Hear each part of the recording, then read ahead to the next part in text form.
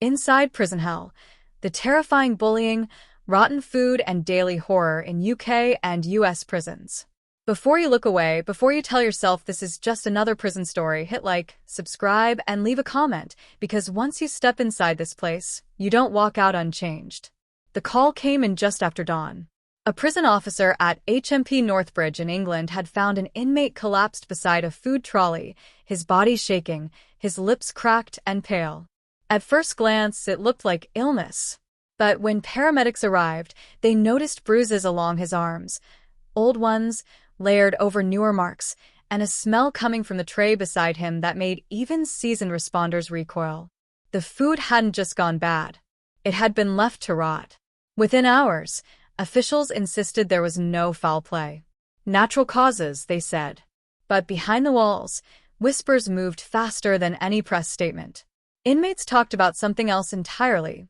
Bullying that never made it into reports, meals used as leverage, and a quiet system where the weak learned to disappear. Across the Atlantic, in a mid-security prison in the American Midwest, an investigator named Daniel Reyes was reviewing an unrelated complaint when a photo caught his attention. It showed a meal tray, gray meat, soggy bread, portions barely enough to survive on. The date matched the same week as the collapse in the UK. Different countries. Same patterns. Same silence. Reyes had seen this before. Overcrowded wings. Understaffed units. Stronger inmates controlling food lines, protection, even access to showers. Officially, none of it existed. Unofficially, it ran everything. And those who complained? They didn't last long. The inmate in England had filed 3 grievances in 6 months. All were rejected. Insufficient evidence. In the U.S. case Reyes was reviewing, the complainant had been transferred suddenly, then vanished from records entirely. No release date. No medical transfer. Just gone. By the end of the week, inspectors in England quietly pulled kitchen logs. Dates didn't match. Temperatures were falsified. In the U.S., Reyes discovered commissary funds being rerouted, meals replaced with cheaper substitutes no one could identify. It wasn't neglect. It was design. Then came the final detail. Hidden inside a routine maintenance report from the UK prison was a single line that shouldn't have been there at all, a note about a locked storage room beneath the kitchen, sealed after an incident, years earlier. When investigators finally ordered it opened, they expected spoiled supplies. They didn't expect to find proof that the system itself was the weapon. And if you think this was intense, you're not ready for what comes next. The storage room beneath the kitchen was colder than the rest of the prison, a concrete box sealed off from daylight and memory. When inspectors stepped inside, the smell hit first. Old grease, damp metal, and something sour that clung to the air. Shelves lined the walls, stacked with crates stamped with expiration dates from years earlier. Some were supposed to have been destroyed. Others were never meant to be there at all. Tucked behind the crates was a ledger. Handwritten. Names, dates, numbers. At first, it looked like inventory. But the more investigators read, the clearer it became that this was a record of punishment. Reduced portions. Missed meals. Special trays assigned to specific inmates. Next to several names was the same symbol, a small black circle. One of those names belonged to the man who had collapsed. As word spread through HMP Northbridge, tension spiked. 2 inmates scheduled to testify suddenly withdrew their statements. One claimed he'd been threatened. The other was moved to a different wing overnight. Officially, it was for his safety. Unofficially, it was a warning. Daniel Reyes felt the same pressure building in the U.S. The inmate who had disappeared from records resurfaced briefly. A hospital intake form showed he'd been admitted with severe malnutrition and untreated injuries, then released back into custody within 48 hours. No follow-up. No investigation. The guard who signed him out had since resigned and left the state. Reyes started connecting dots no one wanted connected. Private food contractors. Budget cuts approved quietly. Informal power structures inside cell blocks where certain inmates enforced order in exchange for favors. Food wasn't just sustenance, it was currency. Control it, and you controlled everything. Then evidence began to vanish. Security footage from the UK kitchen corrupted beyond recovery. In the US, Meal delivery logs were accidentally overwritten. A whistleblower Reyes had been speaking to stopped answering calls. When Reyes drove to the man's listed address, he found the apartment empty, phones smashed and left behind. Back in England, a senior officer broke ranks. Off the record, he admitted the truth had been buried for years. Complaints were discouraged. Inspectors were guided away from problem areas. If the numbers look good, he said, no one asks how. That night, another inmate collapsed, this time in the U.S. facility. Same symptoms. Same pattern of prior complaints. Same silence afterward. Reyes realized this wasn't two separate scandals.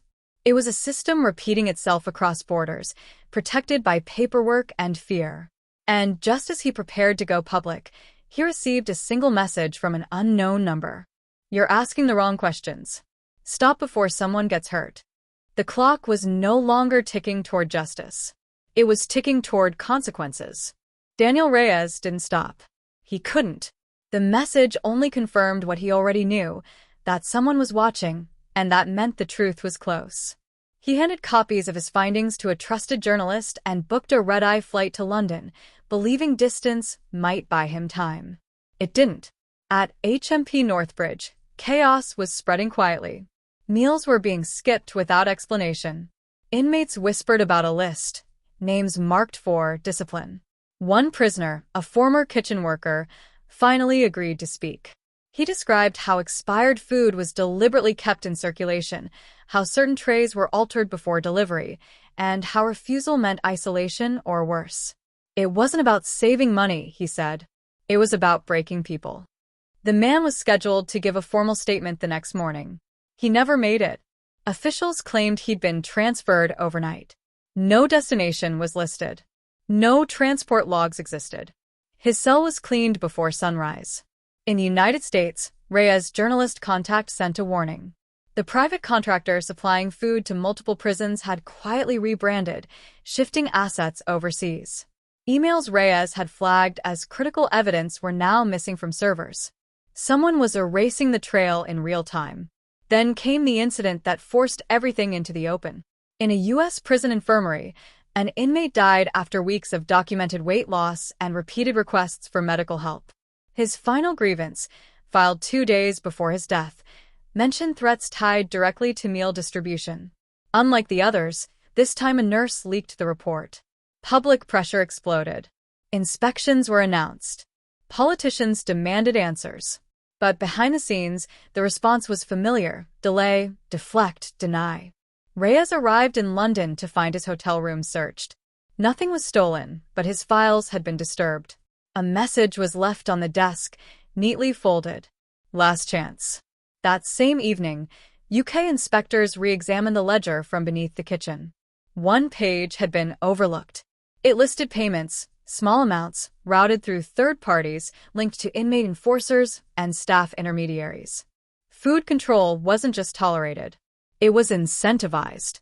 The system had turned hunger into a weapon and silence into policy. Reyes realized the truth was bigger than abuse or neglect. It was an ecosystem, replicated wherever oversight weakened and profit replaced accountability. As dawn broke, he prepared to testify before a joint oversight panel. Everything rested on what he would reveal. But just before he entered the chamber, his phone rang. The caller ID showed a number he recognized. Someone who was supposed to be dead. And in that moment, Reyes understood. The story wasn't finished taking its victims. The voice on the line was weak but unmistakable. The missing inmate from the U.S. case, the one erased from records, was alive. He spoke quickly, as if every second mattered. He hadn't been transferred. He'd been hidden, moved between medical units under false names, kept just stable enough to survive. They needed me quiet, he said. Dead would have been messy. He told Reyes where to find the final proof. Hours later, before the oversight panel, Reyes laid everything out. The ledger, the falsified food logs, the payments disguised as security incentives. He revealed how inmate enforcers were empowered to control meals, how bullying became policy without ever being written down, how hunger was used to punish, reward, and erase. What looked like neglect was a controlled system designed to keep order cheaply and quietly. Then the final exhibit appeared on the screen. Internal emails shared between administrators in the UK, the US, and partner contractors. Different prisons. Same language. Same strategies. Reduced resistance through resource control. It wasn't just happening. It was being taught. The room went silent. Arrests followed within days. Contracts were suspended. Emergency inspections flooded facilities across England and multiple US states.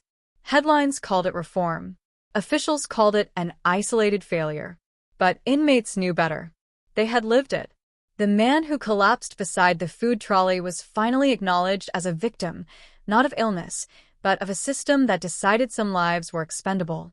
Families demanded answers they would never fully get. Files remained sealed. Names were redacted. As for Reyes, he declined interviews after the hearings ended. The journalist published everything anyway. The story went global, sparking outrage in Australia and across Europe, where similar complaints began to surface almost immediately. Different uniforms. Same silence. Months later, Reyes received one last message. No threat this time.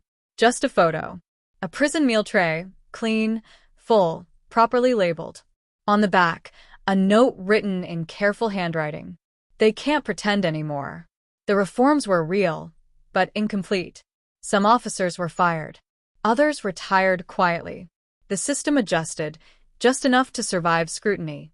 Because prisons don't change overnight. They adapt. And somewhere, in a facility that hasn't been inspected yet, someone is still deciding who eats and who doesn't. If you think this story was intense, you're not ready for the next one. Hit subscribe because the walls always have more secrets, and this was just one of them.